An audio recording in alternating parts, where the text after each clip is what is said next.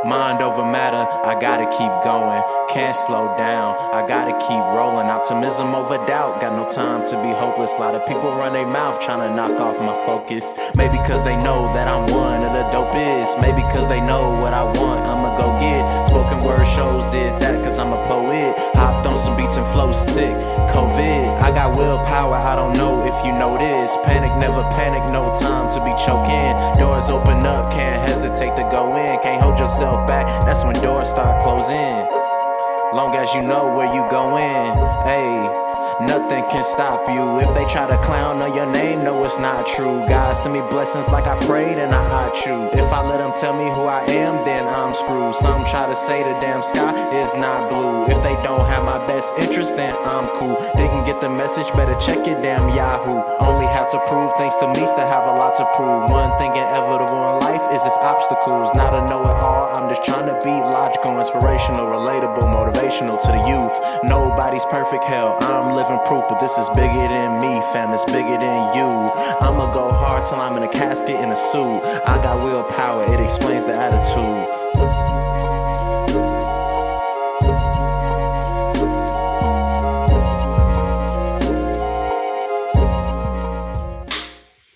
What's up, y'all? Welcome back to the Mental Fitness Hub, episode 8. Happy Mental Health Awareness Month. I'm Coach Chris. I'm Grant Flanders. And we are excited to kick off this new episode with you all. I know it's been a little bit, okay, a lot of things we may miss that you all have been waiting for us to cover, but I think that you will find us covering some important topics today. All right, and let's just get right to it.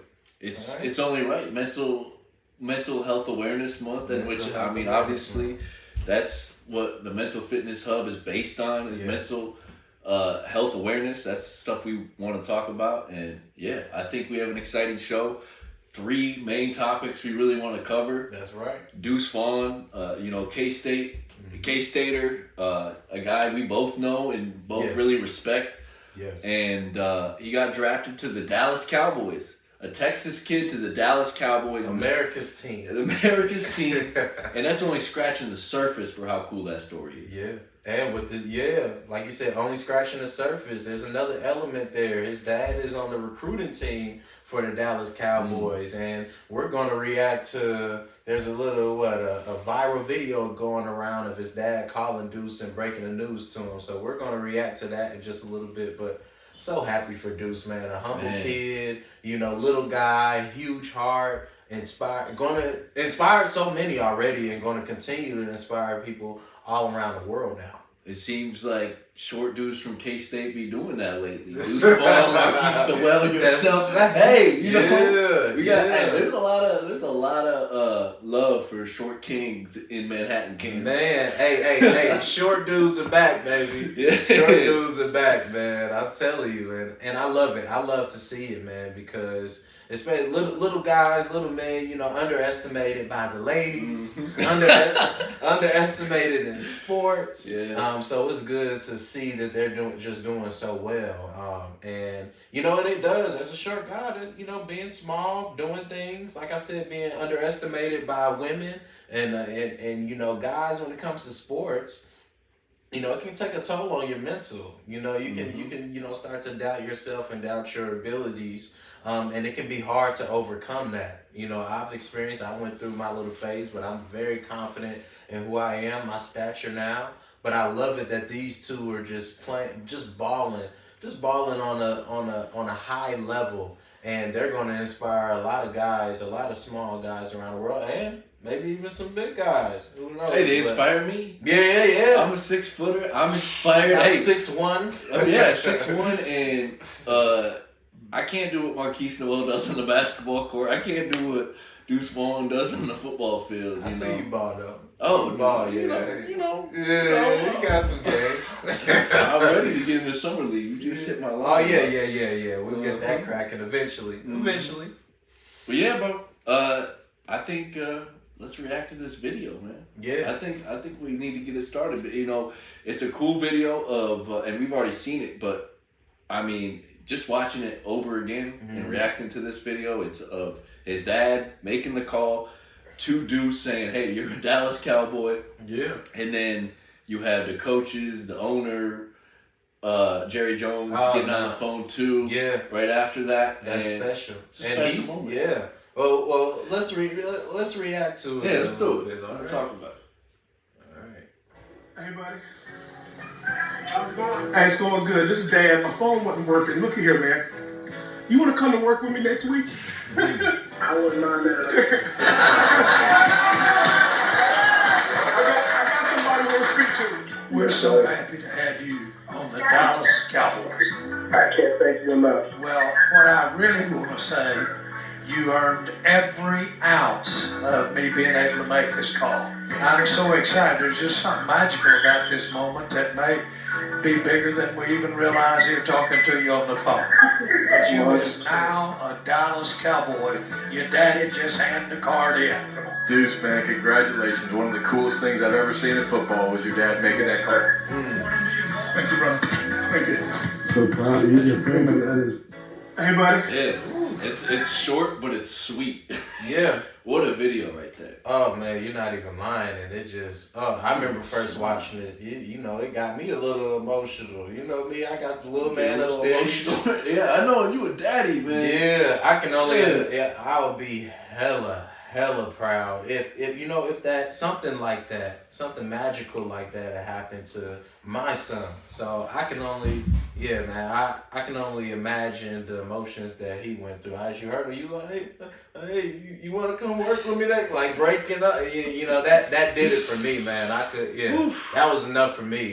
If the video was just that little short clip. But man, Deuce, of course, Deuce. I'm glad.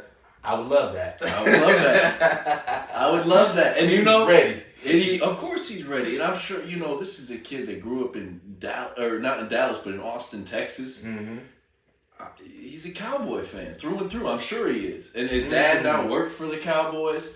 That's a good point. This is he's been in Texas his whole life, up until he came to K-State. So you have to imagine he's obviously kept an eye on the Cowboys, and then his dad to be able to make the call like that, special moment.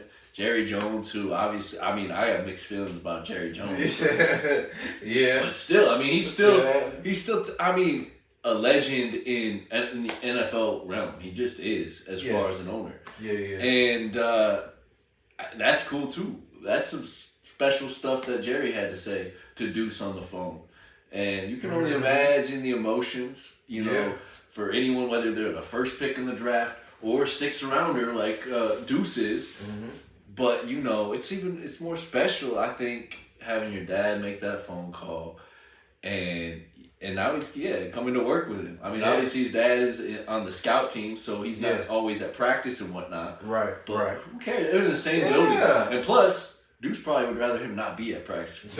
Probably. Because that's a whole other dimension of the father-son relationship. You don't always want to work for your dad. So it's probably a perfect scenario where the dad can go find more Cowboys for next year who they want to draft and whatnot. Mm-hmm. And Deuce focuses on, his game. Oh, yeah. And his dad is going to go extra hard on recruiting now. He was before, but you already know his son is on there. Oh, yeah, we going to surround them with some killers. We got to get this Super Bowl. Yeah. So, hopefully... Deuce is gonna have me root for the Dallas Cowboys. I know, man. That's what I was just about to get at that. Hopefully, he can take them far. And I know that creates a dilemma for us because we're Chiefs fans, out here in Kansas City, who just got done hosting the NFL draft. By the way, the largest stage in NFL draft history, in NFL history. But anyway, it creates a dilemma for us. But absolutely, I'm gonna be tuned in, rooting this little guy on. Do you think he's gonna be seeing the field a lot? Do you think it's gonna be one of those things where he's gonna have to earn his way into some playing time, or they'll swap between running backs? How do you see that working for him? It'll be interesting. The Cowboys still have Ezekiel Elliott. He's been there for years. Tony Pollard has been there for years and is probably prepared to take the number one running back role in Dallas. Mm-hmm. So he can at least be the third guy, I think, behind those two, at least right away. I don't know who else they really have behind them. I think they have a deep running back room, but Deuce is capable, man. This dude does it all on the field. He might be short in stature, and some people bring up his lack in size might make it hard for him to block downfield, whatnot, and block for a quarterback in the pocket. Those things won't be easy for him with NFL rushers, but he proved in college that he can block. He can even block and find ways to be productive even without the football in his hands. But he's electric with the football in his hands. Oh, and is he? Yeah. That speed is going to translate. He's not the fastest guy on the field, but he's one of the shiftiest guys on the field if you watch him play.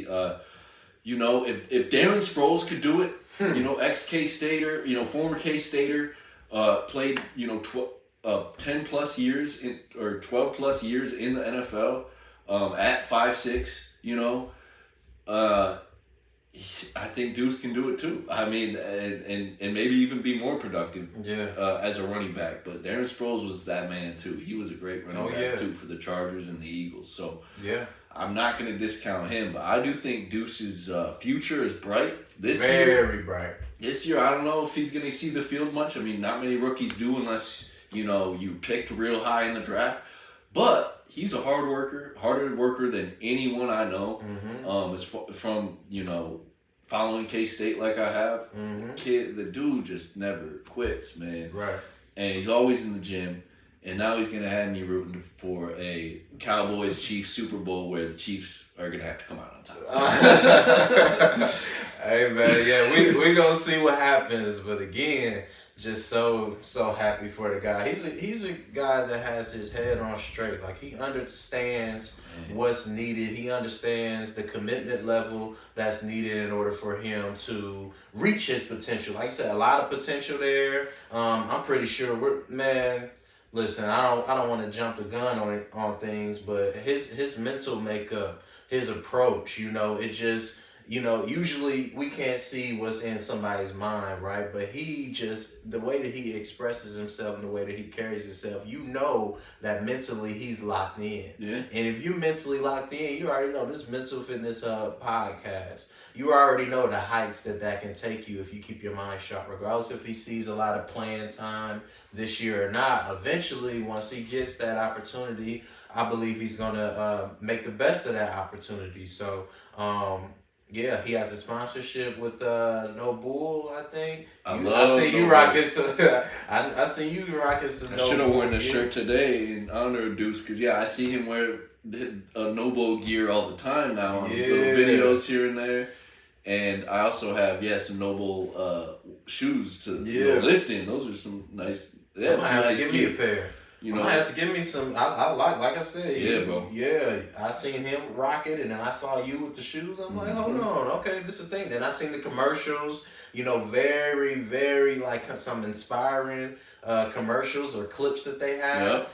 So I love it. The reason why I bring that up, talking about Deuce is because, it's a theme there. It seems like No Bull just stands for, just getting down and getting to the grind and doing the little things that make a big difference. And I think, Deuce Vaughn is going to be little man, little stature, but he may, make a big difference in a good way for the Dallas Cowboys if he gets his opportunity on the field. And he's the kind of guy, even if he doesn't, get his opportunity right away on the field, he's still going to make a difference in that locker room. He is not a guy, to hang his head over not seeing the field. Like, he's a guy that's going to keep his head high and be a leader right out the gate. As a rookie, you don't see it often, but that's the mentality that Deuce Vaughn has, is leadership. And that's something he can bring right away, even though he's a rookie. You don't see that often in rookies anywhere in the league or NBA, NFL, whatever the sport. You don't see that very often, but he has that ability, and that could be, I think, something more valuable right away than seeing him on the field. But I'm excited to see him on the field the ability, as soon as possible. the ability of leadership, which you touched on, and the ability, you know, to be coachable or mentor, because you know there's going to be some veterans in that locker room that are going to want to take this good kid underneath their wing. And his ability to listen and really just be humbled enough to take advice will help him and sharpen him, because, you know, obviously he's a leader now, right? Yep. But a good leader, you know, knows when to follow. You know, he knows it's his rookie year, and then that's only going to help him be more of a great leader when it's his time, when he's a veteran and it's his time to, you know, lead some younger guys. That's a great point. I'm with you 100%. And one last thing, you know, he has that emotional support from his dad, and his dad has great insight being a recruiter, seeing guys come into the league, stay in the league, and seeing guys come into the league and not stay that long. So his dad is going to be able to give him some great advice on how to, you know, come in this league, you know, stay a good amount of time, and, you know, just make, you know, great decisions. You know, that is going to impact his future in a great way, because, you know, the sponsorships is going to come. Come on, you know, Deuce has that. He was on the billboards in Manhattan. I know it's the Little Apple, but, you know, definitely has that charisma and that swagger to where, you know, if he's given a shot, plays good, he's marketable. No I mean, for you know, for sure. So marketable. Yeah, very marketable, man. So yeah, I know we wanted to touch on that a little bit, but that was huge, you know, for K-State fans out there. I know everyone's excited. If you wasn't rooting for the Cowboys before, you're probably rooting for them a little bit now. And shout out to Felix with the Chiefs. We gotta talk about that. Yeah, Felix Enudike Uzoma. Yes. That dude is so good. I mean, still surprised to see him go in the first round, but man, how awesome. Mm-hmm. And he's from Lee Summit. This is a Kansas City dude that gets drafted to Kansas City. Like, how amazing is that, man? Everybody's going home, man. That's what it seemed like at first when we saw Felix and we saw Deuce. Let me tell you more, bro. Julius Brents. Oh, no, yeah. Went to the Indianapolis Colts. He's from Indy. How does that? Look at that. And then Josh Hayes, safety for K-State, got drafted to Tampa, and I'm pretty sure he's from that Tampa area as well. Wow. So it's if not Tampa, he's from Florida somewhere. Yeah, it's kind of freaky how that worked out. Because they planned it out. The teams like, you know what? We gonna take all the K-State guys home. We're gonna take them all home. No, but man, it is cool. And Julius Brents, I think he's going to have a really good NFL career, too. I'm excited to see what he can do at 6'4", long arms at the cornerback position. That guy is going to be a stud. Oh, yeah. But Felix, man, that's a guy, first rounder. You know, I think there's only been 2 guys that have been drafted higher than him in K-State history, or maybe 1. I can't remember off the top of my head. I know Terrence Newman got drafted top 5 way back when. You know, great cornerback for K-State, and then amazing cornerback in the NFL for years. And then I don't remember the other one off the top of my head. Derek Thomas, maybe. That's what I'm thinking of. But yeah, no, there's a lot of, you know, I think, and that's the cool thing, is this is just the beginning for K-State in the draft. Chris Kleiman has K-State on a really nice path going forward. And with his staff and what they're doing in Manhattan, I'm really excited to see what K-State has in store for years to come in football. Because, I mean, and in the NFL, I mean, college and in the NFL. Because this is just scratching the surface. 4 dudes get drafted, you know, for the first time in a long time. That number is going to keep growing, I think, each year. And you know what? Shout out to Coach Chris. And his staff for doing what they're doing. They're pounding the stone, which is one of their. The other Coach Chris, you know, they're pounding the stone, which is one of their mottos, and they brought in Ben Newman, mental performance coach, you know. So hey, the power of the mind, man. Obviously, you know, technical, tactical, you know, strategy is important in any sport, but you have to. That mental has to continue to be exercised and continue to be sharpened and wonderful. I don't think it's a coincidence that, you know, Chris has them has been on his team, and you know, great things are happening for the players. They're coming out strong-minded guys and with lots of potential. So shout out to everyone, all the K-State guys who were drafted and back in their hometown and ready to help their home teams make a push this upcoming season. Yeah, man, I'm excited. I'm excited to see what happens. But I think we covered K-State stuff pretty well. Yeah. Now we want to, like always. Yeah. I do want to point out. I don't remember his first name, but I said Derek Thomas. That I don't think that's right because Derek Thomas is the all-time great Kansas City Chief. that tragically lost his life, while he was a Chief. Mm-hmm. But I know his last name was Thomas. I do want to get that out there, and not look like a total dumbass. But anyway, it's all good, man. Let's react. The next thing we want to react to, Giannis. Yes. Antetokounmpo. We're taking it to the NBA. Yeah, we're taking it to the NBA. Over to the NBA. This one's cool. I mean, after the game, he gets asked if the season was a failure, which I think we can have a good discussion about. Absolutely. And I think he answers it in a very manly way, like a way a man answers that question. He really took it, and I mean, kind of made a fool of the guy the reporter that asked that question. And as a reporter myself, I understand where that reporter is coming from, but also where Giannis is coming from. This guy obviously asked the same question 2 times in a row. Let's see if I can get it up on here. This guy obviously asked the same question 2 years in a row. I think probably last year. I don't know how Giannis answered it last year, but I imagine Giannis answered it a little differently. He probably didn't embarrass the reporter like he did this time, but now he feels like, hey, you're bringing it up again. Yep. I'm going to speak my mind on this. And that's the thing I love about Giannis. He is always very honest. And with his whole life. He's one of the more candid dudes out there. But he's also just a real cool, good dude, Really. Very, very cool dude. Very, very competitive, and in his country, I heard, him and his brothers, just to make a living for themselves, were selling stuff on the street, legal things, I don't want to make any speculations. I definitely think it was just common in their country for kids just to be selling things to, make a buck, but that's what he was doing. He had to work his way. Hard working guy. And I know there was the only bad thing I ever heard or saw about Giannis, it was that one thing. I forgot who they just got done playing. I think they were playing the 76ers. The Bucks lost. Giannis had a horrible free throw percentage that game. He stayed after, was shooting free throws, and to clean up the people who manage the arenas, like taking stuff down.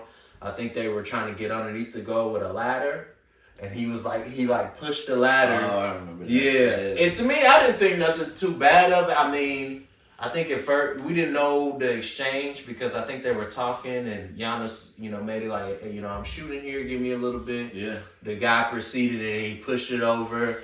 It wasn't a good look. Could I understand why Giannis was frustrated? Yes. Could I understand why the gentleman doing his job was frustrated? Absolutely. Yeah. But I bring that up to say, that's just how competitive and how serious that he takes his game. He wants to be great. He wants to. He holds himself accountable. So, I mean, we can get into it and see. No, yeah, and I'll say about that little moment that Giannis had where, it's like we've talked about before, man. You can only imagine what these athletes go through anyway, and especially after a loss. Oh yeah, the emotions that you're feeling, and you're just trying to. I mean, because usually staying after, putting up shots at the free throw line is something positive to see after. Thing. Yeah. Obviously, that had some other circumstances come into play that you don't want to see. Giannis got a little petty, but still, that thing is. If that's the worst thing on Giannis's record, man, he's doing just fine compared to a lot of other players in a lot of leagues all over the world. No doubt about it. No doubt about it. The Greek freak, man. Shout out to him. Let's get into this interview. I finally got it pulled up here. Let's go ahead and do it. Just asked Bud the exact same question, but I'm curious for you. Do you view this season as a failure? Oh my God. Okay, because I'm not that. You asked me the same question last year, Eric. Okay. Do you get the promotion every year on your job? No, right? So every year you work is a failure. Yes or no? No. Every year you work towards something, towards a goal, right? Which is to get a promotion, to be able to take care of your family, to be able, provide the house for them or take care of your parents. You work towards a goal. It's not a failure. It's steps to success. You know, and if you've never, I don't want to make it personal. So there's always steps to it. You know, Michael Jordan played 15 years, won 6 championships. The other 9 years was a failure? That's what you're telling me. I'm answering your question. Yes or no? Okay, exactly. So why are you asking that question? It's a wrong question. There's no failure in sports. You know, there's good days, bad days. Some days you are able to be successful, some days you're not. Some days it's your turn, some days it's not your turn. And that's what sports is about. You don't always win. Some other people's gonna win. And this year somebody else is gonna win. Simple as that. We're gonna come back next year, try to be better, try to build good habits, try to play better, not have 10 days straight with play bad basketball. You know, and hopefully we can win a championship. So 50 years from 1971 to 2021 that we didn't win a championship, it was 50 years of failure? No, it was not. It was steps to it, you know, and we were able to win one. Hopefully we can win another one. You know, sorry that I didn't want to make it personal because you asked me the same question last year, and last year I was in the right mind space to answer the question back. I love it. I love it. But because there's a lot to unpack. Yeah, it is. First thing I want to say, I do agree with Giannis and what he's trying to say, but at the same time, Michael Jordan probably did look at those 9 seasons where he didn't win a championship as a failure. He probably did. Yeah. Thinking about Michael Jordan's mentality, he was a win at all costs kind of guy. Oh yeah. But still, I love that Giannis brought that up, and because I do agree. I love Giannis's mindset on it. Yeah. He's not going to hang his head because they lost again. Like, he's not going to keep his head hung forever, you know, just because they lost this game, this series, and now they have to look for next year. He said, I'm going to focus on good habits. That's right. You know, he's focusing on positive things. He doesn't want to hear, was this a failure? He just doesn't want to hear that, especially 2 times in a row. That reporter should have known better. Well, you know, he said he remembered it all the way from last year. Exactly. At first, you know, but even the reporter said, with his question, he said, same exact question or something. He said, same exact question. Oh, same exact question. Hey, but he remembered it from... Yeah, he asked it the year before. He said, Eric. Yeah, Eric. I had enough of yours, Eric. Yeah. Nah, you know what? I love what he said. You can tell, you know, man, it was fresh off of the loss to the Heat. He was definitely still frustrated answering the question, you know. I definitely don't think that he was implying that he likes to lose because he was going for it. You know, he had his injury earlier on in the series versus the Heat, which may have contributed, you know, to the Bucks losing that series. So obviously it's frustrating, you know. Let's be honest. But Jimmy Butler contributes to that, like, you know, and yeah. Oh man, that man. He's been balling. Playoff Jimmy is a thing. He had the 56 points against the Bucks. Oh yeah, he was going off. But you know, going back to Giannis, I love what he said because I have something right there on that wall, which all of you all can see. It says sometimes you win, sometimes you learn. You know, and the more cliche saying is sometimes you win, sometimes you lose. Well, I think what Giannis was saying definitely relates to that quote right there. Like, obviously, like the perspective, the viewpoint that people have on losses, it can take them into a negative state. Yeah. Like, kind of like the reporter was getting at. Like, do you view it as a failure? Like, in terms of, you're going to be down in the dumps about you all falling short of your goal? But Giannis he was getting at was like, no, we're not going to get down in the dumps about it. All right, sometimes we're winners. They won a championship a few years ago, but now it's time for us to learn from this. It's time to go back to the drawing board, X's and O's. Now it's time for the front office to see who they can bring to the squad that'll help them get back to the finals again. Okay, now, and I think that's what Giannis was getting at. It's not like I think failure from that reporter was framed to Giannis in a negative way. Exactly. Is it a failure? Like technically, you didn't reach the goal you were aiming for. Yes. Like you said, right? Mm-hmm. But is it a failure in terms of like, okay, you don't get up, you don't go back in this off season and work on your game. The front office doesn't go back and see who they can surround Giannis with, so the team can come back better. Mm-hmm. Like.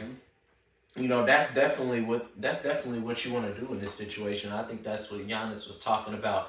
And I love that because and I feel like young athletes should hear that more than anybody. In the sports psychology field, like you deal with a lot of highly competitive athletes who want to win, and you should want to win. But you can't perceive failure as you're not worthy, you're not good enough. You can't just depend on winning to have a high self-esteem. Exactly. Your pride should lie in the process of you working hard, your journey. Because hey, holding that trophy up on that stage is only going to last maybe 15, 20 minutes. Right? And obviously it'll be written in the history books forever. But that moment of hoisting it up lasts for a short period of time.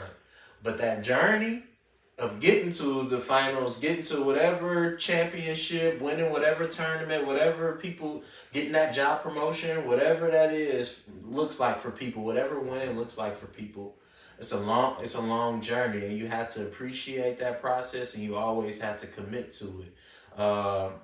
And I think that's where you'll experience that high self-esteem, knowing that you're doing the necessary work, you're not cheating the process, and you're doing your absolute best to put yourself in a position to win, whatever winning looks like for you. So I love this by Giannis. Control what you can control is kind of the feeling I had from that, because he's not like, he can't go back in time. He can't control time and take that meter back and fix, this series loss. He can only look towards the future. And you said it great. He's got to keep a great self-esteem, keep his head high, and that's the best way to move forward for everyone, And I think, I really do like, I've always liked Giannis, and that was a good, and I mean, because you can tell too, he's just such a great person. Right. Because at the end of it, he's like, listen, I didn't want to get personal there. Like, because a lot of dudes wouldn't even add that, Right. Giannis doesn't want Eric to feel bad. Right. But he does want to check Eric at the door when you're bringing up some bullshit that he doesn't like to hear, That's right. That's right. And I don't know Eric. I don't even know what the dude looks like. He's a good dude. I don't know. I couldn't really hear how he delivered it. Like if he was trying to just get some type of just negative quote out of Giannis. But I'm glad. Hey, thank you, Eric. You gave us a great clip out of Giannis, a great lesson from such a very, very good basketball player that a lot of young athletes, I believe, need to see this and need to figure out how it can parallel to them in their situation. So again, y'all, I mean, yes, nobody likes to lose. You should always strive for greatness. You should always strive to do your best. You should always strive to win. But when you lose, instead of getting down about it and saying, oh, I'm not good enough, and letting it get you depressed, figure out what you can learn from that situation, what you can do better, how you can just improve and be back stronger, faster, smarter, whatever the case may be. Because that's what's important. That's and in the sports psychology, that's what we try to get across to athletes, because that is not only a competitive mental skill, but that's a life skill right there. Because mistakes, setbacks, failures are inevitable. You know what I'm saying? But how you respond, that right there is the key. instead of soaking, fill your mind with knowledge. And, you know, with everything going forward, and especially in your craft, whatever your dream is, you know, focusing on that and finding a way to make it happen. Giannis is doing just fine with his life, you know. Dude I love. Going to vacation with his family. And you know he loves his wife. You know, that's a great household. Yes, they have a great time, man. You know. We see some clips of him macking on his wife. Yes, that's the stuff we love to see as dudes that appreciate women. And, you know, it's always nice to see nowadays. Like how we talked about Tang before, Jerome Tang, where, you know, being a good husband, you know, how important that is. You know, Giannis is the epitome of a great family man, great husband, and also happens to be one of the best basketball players on the planet. No doubt about it. You said it. You said it very, very well. And yeah, what you think? Any other talking points on Giannis? I think we covered that one pretty well too, man. I mean, I think next year. That's the thing. I guess the last thing I would ask: Do you see the Bucks, or do you see Giannis winning another championship? And if so, is it with the Bucks, or do you see him eventually leaving? I know in the past he said he wants to stay with the Bucks long term, but you never know. I think I can see him winning another championship and with Milwaukee. Okay. I can see Milwaukee, you know, picking up some other, you know, good that's guys. the key right there, I think. Yeah, surrounding Giannis with some talent. And yeah, I can see them bouncing back for sure because they were in good shape this year. Giannis ran into a little bit of health issues. Chris Middleton was pretty banged up. But just the two best players right there. Yeah, your two best players right there, not the healthiest, and they could have benefited by having, you know, even somebody else, another high caliber NBA star on their team that could have picked up some weight with those two being banged up. So yeah, absolutely. I think the Milwaukee Bucks are going to be just fine moving forward in the future. And again, man, Giannis, so happy he did that, man. This is the mental fitness hub. We're big on mental health. We're big on, you know, all of the stuff as it relates to the mind and making sure our minds are in good shape. And that is a, you know, professional athlete right there. Not just a professional athlete, but one of the best professional athletes in the world. We see that he's, you know, he knows how important mindset and mentality is, and he's taking on some mental fitness for sure. The last thing I'll say about this topic about Michael Jordan, how I said, you know, he probably does look at those 9 seasons as a failure that he didn't win. He probably did, like I said, but he also wasn't sulking. He was getting back into the lab and figuring things out and making sure he was better for next year as well. I mean, that's the same thing goes, you know. I think everyone has different mentalities and how they go through life. And you can look at it as a failure if you want, but if you do, don't hang your head on it, you know. That's a fact. Use that as motivation. Motivation Yeah. Instead of getting depressed, like you said.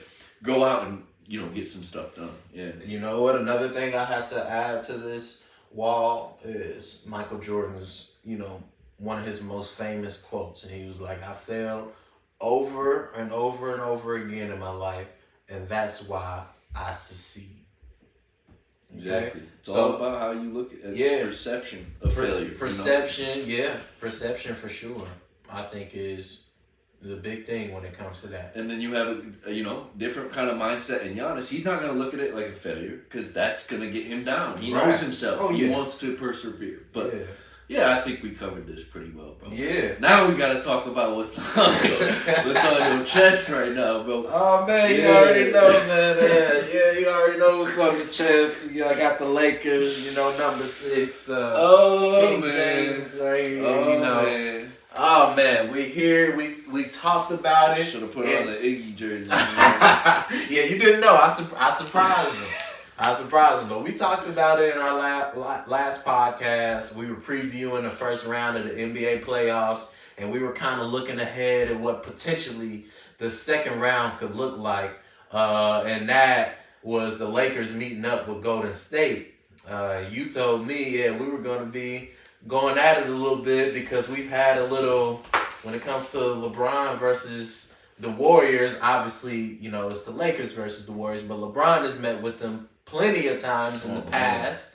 And unfortunately for me, the Warriors have had the upper hand in that rivalry there. As of late, for sure. Yeah, but you know what I'm thinking?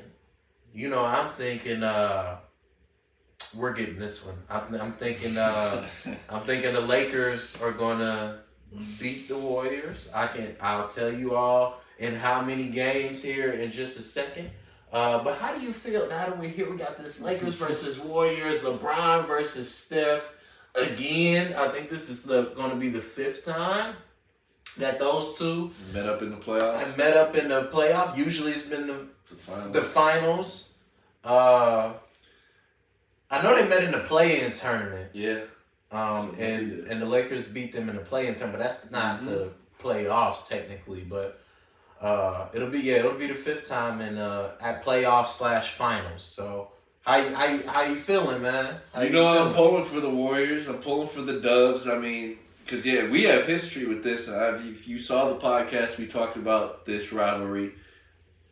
We hung out every day in college. We watched so many games. Yeah. And the Lakers, or the LeBron versus the Warriors is, something that we hold special in our hearts, So I'm excited about it. I don't know. Unfortunately, I agree with you. I do. I think the Lakers. Really? I'm surprised. I really think the Lakers this year have a squad to get it done. I mean, sure, they're still young, but they just proved that they can get through the play-ins, and then they just proved they can get through the first round. I mean, not easy tasks, especially against that Grizzlies team that was hungry. I mean, that Grizzlies team had some injuries and stuff. Yeah, they were banged up a little bit. I just don't see it. Like, the Kings, really, just talking about pure basketball, the Kings should not have rebounded as well as I feel like they did watching some of those games. And the Lakers are only going to be able to rebound even better on them when you got AD down low. Depending on the health situation with AD, I know he's up and down, but it seems like he's fine right now. Right? Yeah. What's the recent word on that?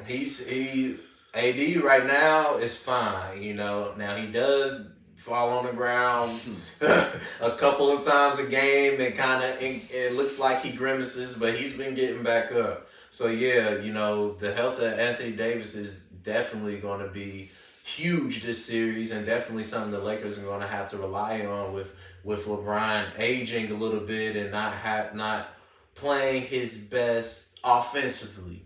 LeBron isn't, but I think Anthony Davis. I think he's healthy. I don't know about 100%, but he's healthy enough to go out there and dominate the boards like you were, which is one thing you say you were concerned about. That's what I'm worried about. That's what I'm worried about. I mean, obviously, I think Looney and Draymond Green can get it done in the paint, but there's some scrappy guys. But also, something, off the court that I'm worried about with the Warriors. What's that? Something that's stemming from all the way in the offseason. Draymond and Jordan Poole still have some beef. Let's be honest. Like, you showed me that video the other day. You sent that to me. And it showed Draymond trying to, high-five his teammate as Jordan Poole's coming back to the bench. Poole just shrugged him off, basically said, "Get off me," and just walked to the bench. And Draymond kind of was like, "Oh, okay." And then was kind of like walking around all awkwardly, looking at Poole kind of, and like that situation. I mean, I'm not gonna say something from the offseason is the reason they're gonna lose, this series, but it seems to be lingering. And not only on top of that, Jordan Poole is not playing up to the level he should be based on his salary. I mean, let's be quite honest. He had a rough first round against He's gonna have to step Sacramento. up against the Lakers if they're gonna want to win that. He's gonna have to. It can't just be Steph and Clay balling out all game. This Lakers team's another level. The last time the Lakers and Warriors met was that play-in, right? Yeah, in the play-in, and then that the LeBron game winner happened when he I guess he bumped his eye earlier in the game, was having trouble seeing. Caldwell Pope kicked it out to him. Logo 3, he held the pose. Once they went in, he said, "I couldn't see." LeBron was blind. He was blind. Hey man, I loved it. I I loved it, but no. But Clay was out that series too, right? Or am I wrong on that?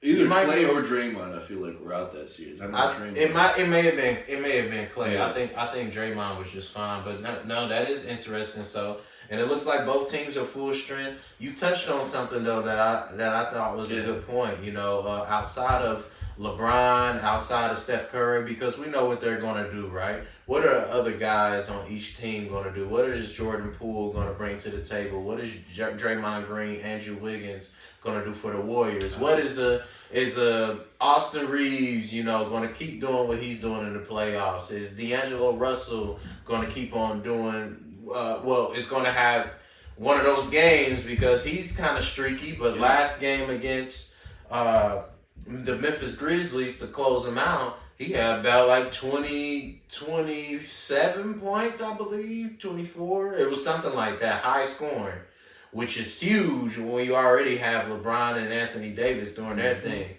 So can those role players do their thing for the Lakers? Can the role players do their thing for the Golden State Warriors? I think it's going to come down to which role players, which the guys who aren't the star players on each team, which one of those teams gets better contribution out of the role players. And I can't lie, I'm a little bit, I know I got on the jersey, I sound a little bit biased, but I do think I trust the role players of the Lakers a little bit more. And it's maybe because I'm maybe a little bit more familiar with them, but hey man, I just feel like yes. I'm unbiased towards the Lakers. I mean, I'm biased as in I don't even like the Lakers that much, but I can say I agree. Yeah.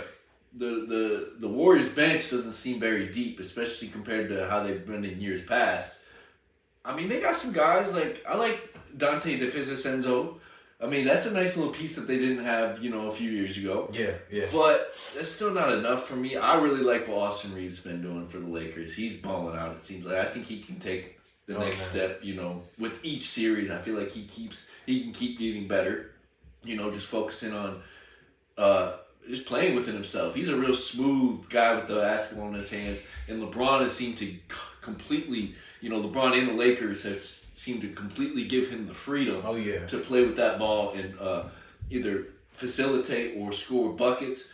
I want to see Rui Hachimura. Yes, I want to see also another big piece. I want to see him step up this series because I feel like he's been hit or miss some games. But one thing he always has probably is great defensive ability. His size, just a body. But he's a guy, go on. But he's so skilled too that he can get it done offensively. So I want to see. I mean, if he gets going, the Warriors are toast. I mean, for it real. can be tough. Now we can't talk about Golden State without talking about the fashion that they closed out the Sacramento in. Specifically, Stephen Curry. 50 points, okay? And he had a hefty amount of assists and rebounds as well.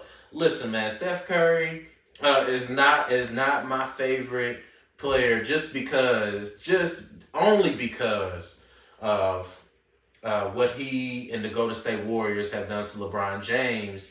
LeBron it has a 1-3 record against Golden State.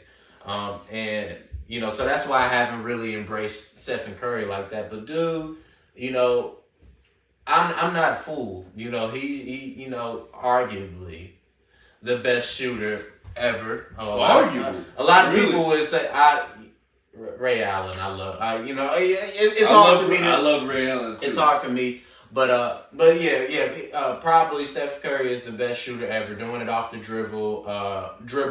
Ray Allen was, catch and shoot. I don't think Steph Curry is a better catch and shoot shooter than Ray Allen. But you can say Klay Thompson's arguably up there with Ray Allen as a catch and shoot 3-point specialist. Not at all. Not at all. Well, but see, listen, I'm trying to give Steph his flowers, man. No, because I'm trying to give him his flowers, man. There's no argument. He's the best 3-point shooter ever, and I'm not gonna say the best catch and shoot 3-point. Ray Allen can have that, but that doesn't make you're the best 3-point shooter in basketball. I think it's what Steph does.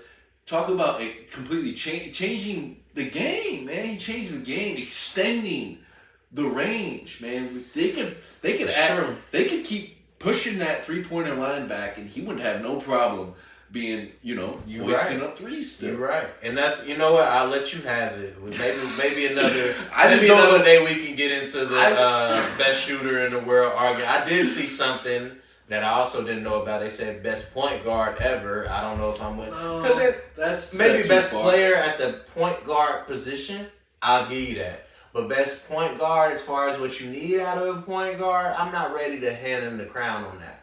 That's way too many. What I was trying to say, man, 50 points in a game 7, high pressure, on the road. The Warriors needed every bit of that 50 points. And he didn't, it wasn't just that game where he's been showing up in a great way offensively for the Warriors team. Like he's had high numbers. He had high numbers that whole series. Mm-hmm. And I definitely don't necessarily see him slowing down offensively. I think we're going to throw 2 guys at him, but he also has passing ability to find open man, and that's why you said the role players, what you're going to get out of them, because they're going to need to hit shots in order for them to win the series. So I can't completely rule the Warriors out, especially with Steph Curry on the team. He's balling on another level. Yeah. He's another guy who just he's just so sharp up here. He understands how preparation and how all of that impacts his game.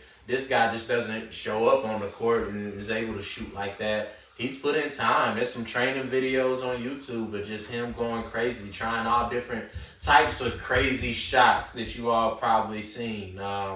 So it's no coincidence why he's able to deliver and have big games like that, and why he's going to be probably the biggest threat on the court, if we're talking about both teams, but definitely for the Golden State Warriors, he's the biggest threat. And I think the Lakers are just gonna have a game plan for him, and it's just gonna be a good series, man. Long series. I do agree it's gonna be long. I don't think Lakers sweep them by any means. I know you. That's what you're hoping for. I'm regretting saying long because. But we can get into that. Keep going, man. No, I'm just saying, I think Steph agreed. He's playing on another level. I love what he did last game. Taking fouls, taking all those arm checks. Yeah. Still getting to the bucket. Yeah. No problem at all. Finishing at the rim like he always has in his career. And finding the net from deep, too. It's going to take, though, more than that. Like we've just been talking about. We need to see the role players knock down some shots. And can Draymond, avoid getting, suspended another game? Because it seems like, I know he's already got through, I guess, one suspension this playoff. So hopefully he avoids it the rest of the way. But he's good for at least one suspension per playoffs, it feels like. Yeah. And I'm not saying it's always his fault. I don't even think he should have got suspended for what he did, stepping on Sabonis after Sabonis grabbed his leg like that. I think they made the right call on the floor, flagrant 2, got him out of there. You don't suspend him for another game. Yeah, you can't. You just don't do that. But Draymond's used to it at this point. And it didn't matter. Hey, they got through the series. Yeah. And but Draymond's gonna be a key piece too. Man. He always is. His defense is always gonna be there. His facilitating ability. He needs to stay on the floor. He and I want to see him. I want to see him make life hard on LeBron and hard on AD, and because that's one thing I love about Draymond more than just being a Michigan State Spartan.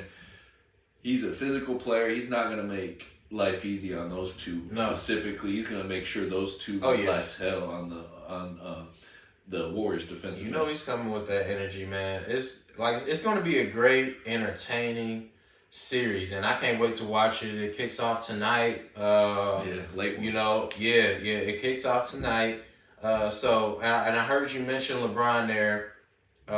So we can end it off with this. I seen a question on Undisputed today, and they asked, who needs this ring more, LeBron James or Steph Curry? I know what Skip and Shannon said. But it I had to think about it a little bit too. I'm interested to hear how you answered that question. Who's this ring going to be more? Who needs the ring more? Steph or LeBron? They both have 4 rings. Okay, they've matched up. Steph got most of his rings against LeBron before. He's coming. They're defending champions, the Golden State Warriors. Where Steph is coming off of Finals MVP, his first Finals MVP. So what do you think?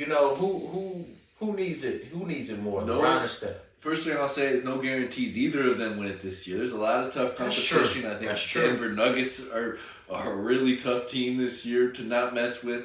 But they'll also have to prove it because they've been a team that have been good for years and have just not been able to get to that the finals. I don't think they made it to the finals yet.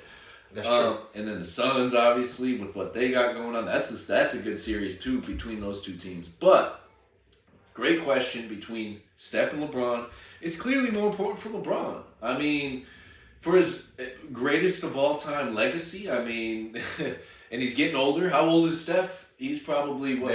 Steph is up there, 35, I think. Wow, so LeBron's 38. I didn't realize he was only 3 years younger than LeBron. Me either. That's wild to think about. That's crazy. Because LeBron. Correct us if we're wrong in the comments, but Steph Curry, 35, I think. You're probably right. I don't know.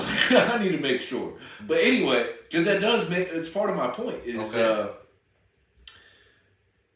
I want to just see. Yeah, you're right, man. 35 years old. That's wow. This man's getting old. See, it's the baby face. The baby face assassin, what they call him. That's what I think, has me always thinking he's younger than he is. He's only 3 years younger than, but he also stayed 4 years in college compared to, LeBron not playing a 4 years a day in college. Yeah. Mm-hmm. But it's more important for LeBron, man. He needs to I already think he's the greatest player of all time, but you've even said in the past, he needs one more to really shut up, I think, all the doubters. I think so. People that are doubting him, get that 5th ring, and you can't really deny anymore that he's the greatest of all time. And that's, I think, a goal that he wants. Let's be honest. What else does he have to achieve at this point besides winning more championships? That's it. He can win more MVPs, but championships matter more to your legacy, I think, than MVPs. They do, because they get talked about longer, and he's the best player on the team every year. When you're LeBron James, championships mean more than MVPs, and he needs this ring. Steph, it's important too. If he wins it, then he's all of a sudden got one more ring than LeBron James. Then we can start talking about this guy possibly being a top 5 player of all time. That's what people are gonna do. Absolutely. And that's gonna make me. Oh, I already know. We're talking about mental health, man. Y'all might have to check in on me if that happens. Cause, hey, man, I'm gonna get so disturbed by the things that I'm gonna hear if Steph Curry ends up getting another ring and having 5 rings to LeBron's 4. Obviously, that's not gonna make Steph better than LeBron, but a lot of people are going to want to crown Steph better than LeBron James after that. But keep continuing. Even as a huge Steph fan, I still, and he wins the ring, I still admit that LeBron James is the better basketball player. But yeah, as far as legacy goes, I just said it. Championships mean a lot. Another championship for Steph, I think, solidifies him as a top 10 player of all time, if not top 5. He's getting close to that realm. Already, arguably in your eyes, no doubt in my mind, the best best shooter of all time. I just think another ring catapults him, and he's only lost one finals or 2, 1 or 2. I know they lost with KD once, and then they lost one without Toronto. KD. Yep. So he lost in the finals twice. Yep, because the LeBron once without KD there, and then against Kawhi and the Raptors with KD there. Right. So he's only lost 2 compared to LeBron's. If Steph keeps going to win rings, and he's still 3 years younger than LeBron and played 4 years in college basketball, whereas LeBron didn't play, that is an interesting thing that I could totally hear people's arguments of of the legacy of Steph Curry, could be greater than a lot of other legacies out there. But at the end of the day, I think right now this is more important for LeBron James. He is closer to the end of his career than I think Steph is. As crazy as that is to say, with they're only 3 years apart, and I do think LeBron has at least another 2 good years in him. At least, I mean, he might be able to play till 45. Who knows? But Steph, I think, can also play till 40. I could see him playing another 5 years. As a shooter too. That's his ability. Yeah, that's always gonna be there. Yeah. So he'll have chances to win even more rings going forward. Listen, Steph is a baller, man. Like I said, all BS aside, he's a baller. I think he's a top 10 player right now.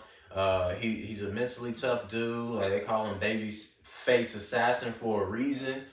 Very competitive, puts in the work. I have a lot of respect for him. So now, what's the answer? With that being said, I do feel like Steph Curry is more beloved than LeBron is. And because of that, if this makes sense, because Steph Curry is more beloved than LeBron, I feel like since they have the exact same amount of rings, and the fact that Steph Curry has a better record against LeBron when they meet up in the playoffs/finals, it's more important for LeBron to get this championship. You know, if they advance against the Warriors and then win the conference finals and we know it's a long process afterwards. But 100%, I agree with you that LeBron needs this more than Steph, because it's not just Steph. You know, he's competing against when it comes to legacy versus legacy. LeBron still, you know, I know LeBron wants most people. He don't want to leave any doubt that he's the greatest of all time. Now, there's always going to be people out there who feel like Michael Jordan's the best or Kobe is the best, and there's nothing that LeBron can do to change their minds. I got it. But I think he wants to make a stronger case for himself. And because he has a 4-6 record in the finals, large part of that sounding so bad is because of Steph Curry and the Golden State Warriors. Obviously, KD's tenure in Golden State helped with that a lot. But, you know, with that being said, man, LeBron, with this matchup, head-to-head matchup, it's more important that he advances than Steph Curry. People going to love Steph Curry. You know, regardless, they're going to crown. He's still going to be the greatest shooter ever in most people's eyes. And, you know, the face of the league probably here in a few years. You can make the argument whether it's LeBron and Steph, which could be another element in this argument. But it's a good point. Hey, man, LeBron doesn't want to lose this series. Let me say that, because it's going to open the doors for, again, you know, he's not better than Steph talk, or Steph is his kryptonite, or all of these things, which I feel like is untrue, because Steph, in the finals that they met up in, he balled, but he didn't ball. You know what I'm saying? He struggled sometimes. Remember, you know, they put Matthew Dellavedova on him in 2015, and he struggled a little bit. Sent Matthew Dellavedova to the hospital, which people are talking about as of late, because Matthew Dellavedova had to exert so much energy. They had to send him to the hospital to get treatment. I forgot exactly what the treatment was, but you know, that just goes to show how hard it is trying to slow Steph Curry down. But anyway, they won in 2015, lost. They, as in Golden State, won in 2015 against LeBron. Andre Iguodala, your guy, won Finals MVP that year. That was a proud moment. I know you were, because that was my favorite player. He bought out that series and played a huge role in defending LeBron and helping slowing him down a little bit. 2016, first team to come back from a 3-1 deficit happened. Cleveland Cavaliers won that, led by LeBron James, and Kyrie Irving hit the shot heard around the world. So we all know how that turned out. That summer, Kevin Durant joins the Golden State Warriors. They win the finals against the Cleveland Cavaliers the next 2 years. Back to back. LeBron puts up crazy numbers, but again, No Kyrie Irving because he got traded to Boston. So in 17 and 18, it was just LeBron and some guys. No disrespect to them, but not really a big name. Oh, I guess Kevin Love, right? Mm-hmm. But it was them against KD, Steph, Clay, all of them when they were healthy and balling at that time. A dynasty now that we know them as the Golden State Warriors. So. And now they met up again, LeBron and Steph in the play-in tournament. LeBron hit that shot. It's the play-in tournament, though, and then the Lakers got knocked out in the first round against the Phoenix Suns. So this right here, hey, I feel like it's more of an even level playing field between the two. And since it's more of an even level playing field, LeBron can't afford to lose to Steph this series. Obviously, I'm gonna take if he does. To me, he's still the greatest. But that's just in my eyes, and he's still gonna be better than Steph. That's just in my eyes. But in order for it to not leave it to doubt, to not raise any unnecessary questions, I believe that LeBron James has to lead his team to victory against the Golden State Warriors. And then I still believe that LeBron I think he needs another championship to be seen as the GOAT in many people's eyes. And I want him to. I feel like he needs another championship, Yeah. I'm not satisfied before, and I'm just a fan. You know what I'm saying? And I know he's not. So it's going to be great, man. I'm excited for it. Obviously, I'm pumped up, ready to watch the game here. In about an hour and a half, it's tip-off, game 1. Semi-conference finals, Western Conference finals, and I'm excited, man. I got the Lakers in. I got the Lakers in 5. I know I said it's gonna be a long series, but listen, I feel like the Lakers can win. All they gotta do is win one game, win one because they're starting off playing in Golden State. Golden State has home court advantage. That's big. That's important. They got to split either game 1 or game 2, which I do think we got to do. The Golden State, even though they won game 7 on the road against Sacramento, overall they struggled on the road the entire season. We need to defend home court, go up 3-1, and then win one more in Golden State. Okay, now, Golden State is more than capable of winning at least 2 games at home. Those 2 games being either game 1 or game 2, or let's just say it's a 3-1 scenario going back to Golden State. They're capable of winning another one. So my mind is wanting to tell me 6 Lakers in 6 games. Mm-hmm. But my heart. My heart is saying Lakers get this done in 5 games, and they advance onto the Western Conference Finals. Lakers in 7. And I do think the winner of this series, I think you brought it up a little bit ago. Maybe you didn't say it the exact way I'm about to say it, but the winner of this series is going to be the face of the league, I think, of Steph or between Steph and LeBron, that matchup.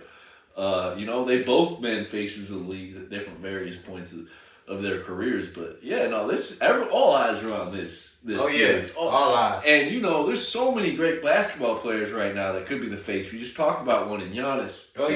He was a couple years ago. You could talk about Joker being the face of the league, 2-time MVP back to back. They're balling right now. Up 2-0 on the Phoenix Suns, who have Kevin Durant, Devin Booker. Yes, that's why I'm saying the Nuggets this year are not a team to play with. Mainly because of Murray, though. I mean, I love Joker, and he's always going to ball out, but Murray in the playoffs, that dude shows out every single time. Are you scared for the Phoenix Suns? Yeah. I mean the Nuggets go down 2-0. Yeah, they're down 2-0, but the Nuggets, they did win. They were at home. True. So they took care of home court. All it takes is Phoenix taking care of home court, but that's easier said than done. Yeah, it is. I don't think they played. Maybe they can find it the rest of the series. I don't think they played their best basketball yet. Since KD came into this season late. I mean, had they had KD from the beginning, I'd say, man, I'm still thinking Suns are probably going to win this somehow, you know? Right. But, I mean, Nuggets have a great advantage and a really good team. But back to my point is Joker could be considered the face of the league. Joel Embiid probably going to win MVP this year. Could be the face of the league. But no. It's still always, it seems to be either LeBron James or Steph Curry. Like every single year. Even when they're not even deep into the playoffs, they get talked about more than anyone else in NBA basketball. Us as NBA fans are in for a treat. Usually it's in June when we see a LeBron versus Steph matchup in the postseason. But now, you know, it's early May. And they're facing in the second round of the playoffs, and this obviously because, you know, LeBron transitioned to the Western Conference, which is now why they're able to meet up so early in the postseason. So us as NBA fans, man, we're in for a treat. They're playing much better than us. They're a 7 seed in this, right? The Lakers are a 7 seed. They just beat the 2 seed Grizzlies. Mm-hmm. The Lakers are not playing like a 7 seed. No. That's why I do believe they can win this. But you can say the same thing for Golden State. They're a 6 seed. They just beat the 3 seed Sacramento Kings. That's a good point. I believe they're number 3. Y'all in the comments section, you know. Isn't it interesting? Mm-hmm. The old heads. Oh, yeah. The best of the young guys, because those Kings and those Grizzlies were real good this year. Oh, yeah. who came out on top? The old heads. both the Sacramento Kings and both the Memphis Grizzlies. Very talented young team, but you know they got some maturing to do, and you know experience looks like is an advantage that both the Lakers and Golden State have, and now they meeting up together, and obviously you somebody who's going to be rooting for Golden State, but your mind. Yeah, my heart does tell me Golden State in 7. I think it goes 7 regardless. Mm-hmm. My mind's telling me Lakers in 7. Man, they just have it. They have too good of a. I think they have a good enough defense to slow down what the Warriors want to do, and then I'm concerned about some of the pieces that the Warriors have. Can they match up defensively? Steph's not going to even be able to. I think Austin Reeves could probably cross up Steph. Steph can play some decent defense here and there, but he's not known for his defense. That's for sure. Yeah. Lakers, I think, have a really good defensive team. I mean, obviously Austin Reeves isn't a great defender himself, but he doesn't need to be, because I think everyone on that team really guards really well. They hold their hat on defense, and that's important. I'm still a believer, even though offense is so much fun to watch in all sports. Defense wins championships in my mind. Still, I would say I'm a little worried about I'm confident in the defense. We're not going to stop Steph Curry, but I'm confident that the Lakers are at least going to be able to limit him a little bit. I don't think he's going to go off for 50 against us. You know, just because we're going to send traps. Mm-hmm. No one person is going to stop him. But offensively, you know, I don't know who. It's so unpredictable of who's going to rise to the occasion offensively on a consistent basis. Because it can be anybody any given night. But on the flip side, anybody can struggle any given night. You know, which was cause for concern. Golden State, if the Lakers are up 10 or 15 in the fourth quarter with 7 minutes left, hey man, you know good and doggone well the game's not over against Golden State. Mm-hmm. A few threes, they're back in, and they're capable of every offensive possession that they have to come down and make some threes. So, you know, it's interesting to see. I'm still confident Lakers in 5, but I know it's not going to be a walk in the park. It's going to be some close games. It's going to be some battles. And, you know, I know I'm likely to be wrong about Lakers in 5, but that's the potential. Hey, we got the potential to get it over with early. I agree. I just want to add one more thing about Golden State. Like, Andrew Wiggins, that's a guy who showed me some stuff, you know, had some real, who knows what's going on in his personal life, had to take some time off near the end of the season, came in and showed some toughness. I think he played well and was a key in getting past the Kings, you know, and I think now that he's past that series, he can really open up even more, and he's going to be a key piece on both ends of the floor against the Lakers. You know what? I agree with you. If Andrew Wiggins gets going, yeah, this series is going a distance because LeBron is older, and in the last series he showed a little bit. Maybe it may be age, or it may be the ankle injury that he came back from. Yeah. You know, at the end of the year, limited him a little bit. But yeah, if Andrew Wiggins, makes LeBron work a little bit more on defense, that could take away from LeBron's offense. And tire him out a little bit at age 38, which would be huge for Golden State. So yeah, I agree with you. And I like Andrew Wiggins. Yeah, I like him a lot. And then last thing I'll say about the Lakers, man, we're talking about the reason ultimately why I think they can take this series. They just have more firepower. I mean, we're talking about LeBron James, greatest basketball player ever. Sure, he's getting older, but he's still playing elite level basketball. Right on. AD, elite player. I mean, as long as he stays healthy, he's unstoppable. And then you're looking at role players that could be stars on other teams, like Dennis Schroeder. D'Angelo Russell. Oh yeah. Two top of the line guards right there. Can shoot the lights out of the basketball, facilitate, really handle the basketball well. And then throwing Austin Reeves, a young buck that's really doing some things. I like the Lakers' firepower, what they got, Sure, it's like I just talked about how, Steph isn't the best defender. Those guys aren't the best defenders either, but their offense can, I think, get the Lakers out of some holes, and it's key against a team that can shoot the lights out like the Warriors. Those guys are going to have to come in and play really tough. I mean, we talked about role players. I think Schroeder and D'Angelo Russell. Russell played. I think he was key in that series for the Lakers to get past the Grizzlies. Both teams you look at it are deep, man. We got some deep teams. The Lakers are deep. Warriors are deep. So I mean, hey man, it'll be a fun series. So when it comes to Steph and LeBron James, I think obviously it's a team game. It's Lakers versus Warriors, but what everybody's most interested in, the Steph versus LeBron matchup. Whoever wins that matchup, I think it's gonna come down to will, man. Who wants it more?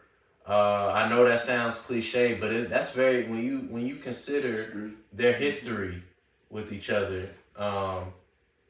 I think it's just going to come down to who wants it more, who wants to be the best more, who wants their legacy, who wants this next ring more. Because they're not just in the playoffs just to play and just to make it to the past the second round. They're trying to go the distance, and I'm confident that LeBron is that, man. That's one of the reasons that I love LeBron is his mentality, man. No, he doesn't have a Jordan's mentality. No, he doesn't have a Kobe's mentality. But LeBron, he has a mentality. He has a lion mentality, which is why I have that lion up on the wall. Shout out to B Park, who did our logo for Mental Fitness Hub. He drew that nice painting right there. It is dope. Lion mentality, as in LeBron, he has his eyes fiercely on an outcome goal, but he understands, the necessary little things to get to that big thing. So he's willing to do whatever it is necessary to get his squad. If he has to go out there and score 45, guess what? He's going to do that. If a game is on the line, tie ball game, he drives the lane, he gets double teamed, he sees an open man, what's necessary for him to do is trust his teammates to knock down the shot. He's going to dish it to him. It's a little bit different than what we're accustomed to when we talk about having a killer's mentality, like people say Kobe and Michael Jordan had. But LeBron, you know what I'm saying? I've seen him, face some adversity, and I think it's a lot of adversity now. A lot of people got father time in his way. A lot of people say he's too old or he's not playing the same. I even said, you can tell that he's been slowed down a little bit. But I think he wants to prove not only to people and the naysayers that he is still capable of being the best player in the game currently speaking, and the greatest player of all time. But I think he has something to prove to himself as well. I think he wants to prove it to himself, and I think he wants it a little bit more. I think Steph, at the end of the day, Steph loses this. Well, he's gonna be mad probably for a day or so. I could be wrong. I do think LeBron wants it more. That's a good point. Yeah, I think he does. And he's shown to, even if all things were equal and both Steph and LeBron wanted it more, I think at the end of the day, LeBron has proven that he is that guy. That when he wants it more, like when he wants it, like he goes and takes it. Oh, Steph, man. he can go and take it as well, but I don't know. Like there's times we've seen Steph need more help from his role players and stuff.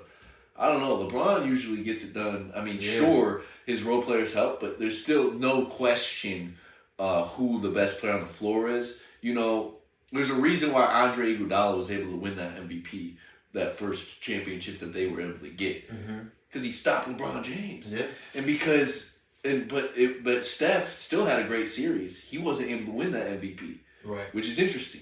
Right. LeBron will never not win an MVP. Well, I mean, we'll see. We'll see this year. It could be AD. That could happen. Unlike those times where they met in the finals previously, I'm talking Steph and LeBron. LeBron does. I think this is probably the best team that I've seen him with. Like just outside of LeBron.